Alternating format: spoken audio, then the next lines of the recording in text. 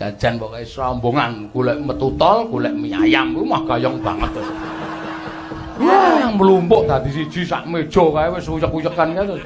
Ya gayeng ya mak gayeng dadan jukuk dhewe-dhewe wis. Aja mie ayam. Nek jukuk dhewe kanca-kanca ki nekat e. Ha iya. Rasane, Mbak. Edan tenan kok. Lah napa ta? Aku ki wis nomor 1. Ya. Yo mangan yo jukuk dhewe no. Ya. Aku nomor 1 ming jukuk tempe ro jangan telo.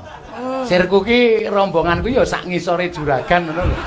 Gandeng juragane ming tempe ro jangan telo iki paling ora ya ming do duduh. Lah kok sop buntut kene sego. Lim gawa ngene iki. Apa tumon wong mangan kok entek 80.000 ki arep gaglak ki apa wis. Ya aja ngresul. Ora apa-apa nek aku ora masalah. Ning ya tepo-tepo. Nek ana ya dinikmati, nek ora ana ora sang gresula. Lah ana kok.